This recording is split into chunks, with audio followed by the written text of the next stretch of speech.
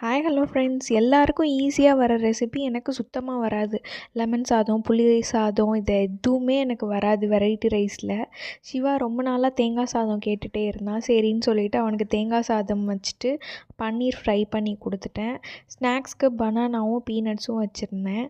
Back பண்ணி அனுப்பியாச்சு அவனை. Morning பிரேக்ஃபாஸ்ட்டுக்கு இட்லி தான். அவன் போனதுக்கப்புறம் ஒரு கப் காஃபி குடிக்கலாம் அப்பாடா அப்படின்னு சொல்லிட்டு கடகடன் லஞ்சு செய்யும்போது தாங்க தெரியுது. அதுவும் இன்னொரு குழந்தைய வச்சுட்டு செய்யும்போது ரொம்ப கஷ்டமாகவே இருக்கும்.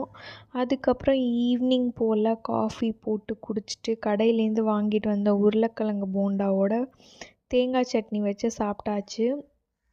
சிவாவுக்கு ஃபோனிக்ஸ் படிக்க சொல்லியிருந்தாங்க அந்த புக்கு கொடுத்து.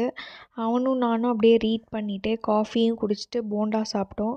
சிவா போண்டாவோட தோல் மட்டும்தான் சாப்பிடுவான், உள்ளே இருக்க ஸ்டஃபிங் சாப்பிடவே மாட்டான். நெக்ஸ்ட் வீடியோவில் பார்க்கலாம். பாய்.